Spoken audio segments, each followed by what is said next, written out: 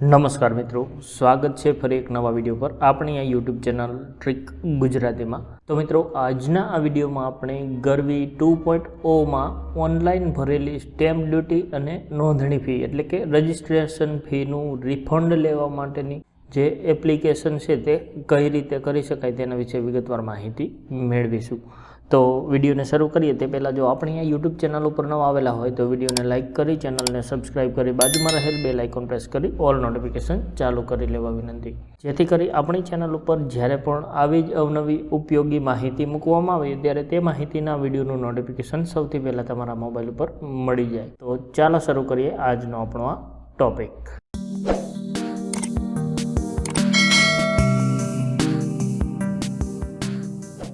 તો મિત્રો, આપ સૌ જાણો છો કે આપણે કોઈ પણ દસ્તાવેજની નોંધણી કરાવવા માટે ગરવી 2.0માં ઓનલાઈન જે સ્ટેમ્પ ડ્યુટી અને રજિસ્ટ્રેશન ફીની ચૂકવણી કરવાની થતી હોય છે, અને એવામાં આ સ્ટેમ્પ ડ્યુટી અને નોંધણી ફીની રિફંડ લેવા માટેની અરજી કેવી રીતે કરવી તેના વિશેની વિગતવાર સંપૂર્ણ માહિતી મેળવવા માટે આ વિડીયોને છેલ્લે સુધી જોતા રહેજો, જેથી કરી જો તમે પણ 2025માં તમારી સ્ટેમ્પ ડ્યુટી કે આરઆર રિફંડ એટલે કે રજિસ્ટ્રેશન ફીનું રિફંડ લેવા માગતા હોય તો તેની પ્રોસેસ અને સંપૂર્ણ માહિતી તમને ખ્યાલ આવી જાય। તો ચાલો હવે આપણે આગળની માહિતી મેળવતા જઈએ।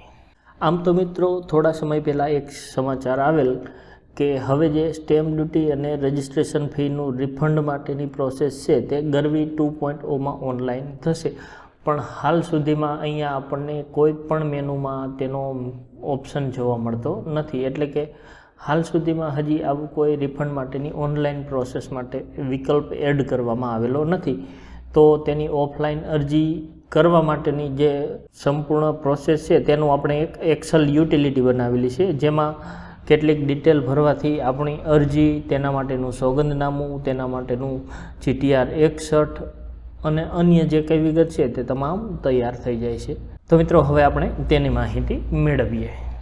તો મિત્રો, આપણે આ પ્રકારની એક એક્સેલ યુટિલિટી બનાવેલી છે, જેમાં અહીંયા જે પીળા કલરના બોક્સ દેખાય છે તેમાં તમારી વિગતો ભરી અને એકદમ સરળતાથી તમે રિફંડ માટેની અરજી તૈયાર કરી શકો છો। તો કોઈ પણ લોકો સરળતાથી પોતાની રિફંડ અરજી તૈયાર કરી શકે તેના માટે આપણે આ યુટિલિટી બનાવેલી છે। પણ મિત્રો, આ યુટિલિટીની લિંક છે તે પાસવર્ડ પ્રોટેક્ટેડ છે, જેની રેર ફાઇલ બનાવેલી છે। તો આટલી મહેનત કરી છે તો અમે પણ એવી આશા રાખીએ આ વિડીયોને તમે પૂરેપૂરો જુઓ અને ત્યાર પછી આ ફાઇલ ડાઉનલોડ કરી અને તમે ઉપયોગ કરો। અને આ જે ફાઇલનો પાસવર્ડ છે તે તમને આ વિડીયોમાં અલગ અલગ જગ્યાએ બે અક્ષરના જૂથમાં જોવા મળશે। ટોટલ 8 અંકનો આ પાસવર્ડ છે, જે પાસવર્ડ નાખી અને તમે આ ફાઇલને ખોલી શકશો। કોઈ પણ વ્યક્તિએ આ ફાઇલનો પૂરો પાસવર્ડ કોમેન્ટ બોક્સમાં લખવો નહીં, નહીંતર તેઓને ચેનલમાંથી બ્લોક કરવાની ફરજ પડશે। તો ચાલો હવે હું તમને સમજાવું કે આમાં કઈ કઈ વિગતો દાખલ કરવાની છે।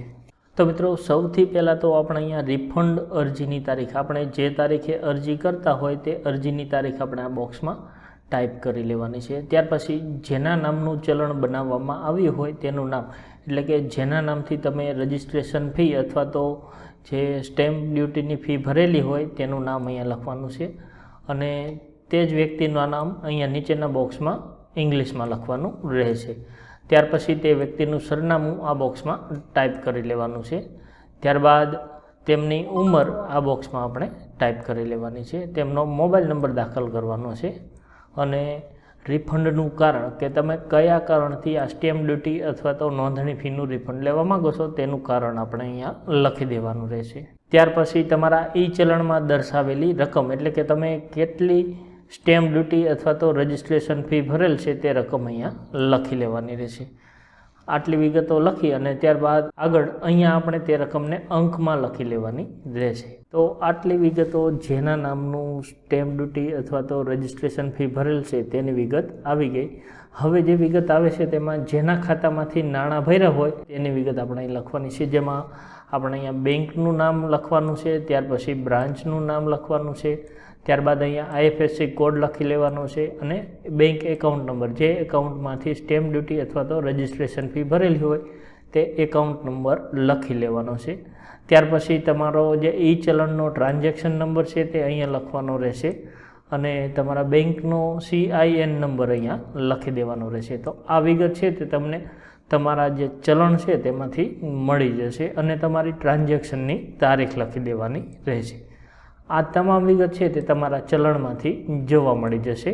ત્યાર પછી મિત્રો આ જે સેક્શન છે તેમાં તમે જે વિસ્તારના રજિસ્ટ્રેશન માટે તમારી સ્ટેમ્પ ડ્યુટી અથવા તો નોંધણી ફી ભરેલી હોય તે વિસ્તારમાં લાગુ પડતી સબ રજિસ્ટ્રાર કચેરીની વિગત લખી લેવાની છે, જેમાં સબ રજિસ્ટ્રાર કચેરીનું નામ અને તેનું સરનામું લખી લેવાનું રહેશે.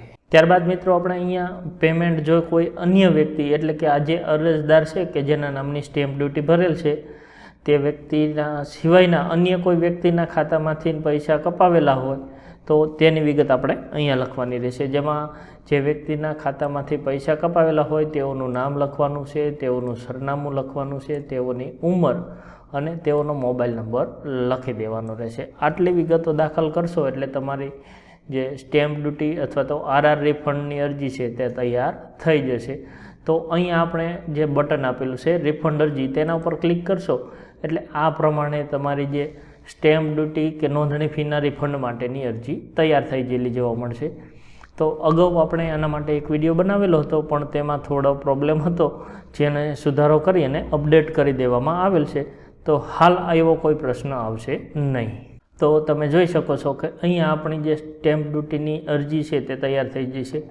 ત્યાર પછી નીચે અહીંયા આપણે અરજદારનું સોગંદનામું કે જે અરજદાર હોય તેઓને એક સોગંદનામું રજૂ કરવાનું હોય છે, તો તે સોગંદનામું પણ અહીંયા તૈયાર થઈ ગયેલું આપણને જોવા મળે છે. તો આ રીતે વિગતો દાખલ કરી અને માત્ર તમારે પ્રિન્ટ આઉટ જ લેવાની રહેશે એટલે તમારી અરજી તૈયાર થઈ જશે.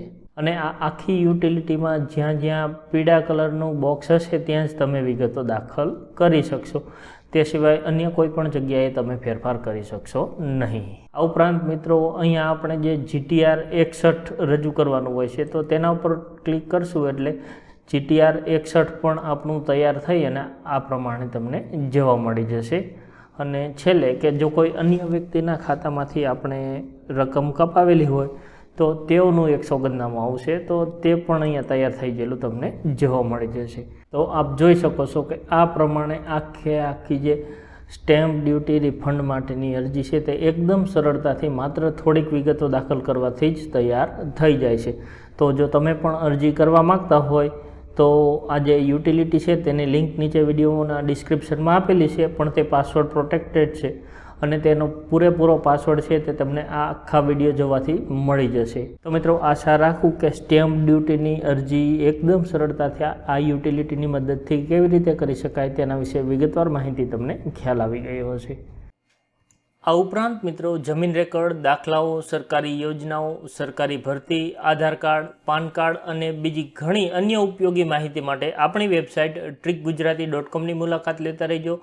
આ ઉપરાંત આપણી ટેલિગ્રામ ચેનલ પણ છે, તો તમને ટેલિગ્રામ ચેનલની લિંક અહીંયા જોવા મળી જશે અને ડિસ્ક્રિપ્શનમાં પણ આની લિંક આપેલી છે. આ ઉપરાંત મિત્રો તમારા મોબાઈલમાં ટેલિગ્રામ ખોલી અને ટ્રીક ગુજરાતી સર્ચ કરશો તો પણ તમને આ પ્રમાણેની ટેલિગ્રામની ચેનલ જોવા મળી જશે. તો ત્યાં પણ આપણે ઉપયોગી માહિતી મૂકતા હોઈએ છીએ. જો તમને પસંદ પડે તો ચેનલમાં જોઈન થઈ જજો, કેમ કે જોઈન થવું એકદમ ફ્રી છે. તો મિત્રો જો તમને મારો આ વિડીયો પસંદ આવ્યો હોય તો લાઇક કરજો, મિત્રો સાથે શેર કરજો, જરૂર જણાય તો કોમેન્ટ કરજો અને હા, આપણી આ યુટ્યુબ ચેનલને સબસ્ક્રાઈબ કરવાનું ભૂલશો નહીં. ફરી મળીશું નવા વિડીયો સાથે, ત્યાં સુધી રજા લઉં. જય હિન્દ, વંદે માતરમ.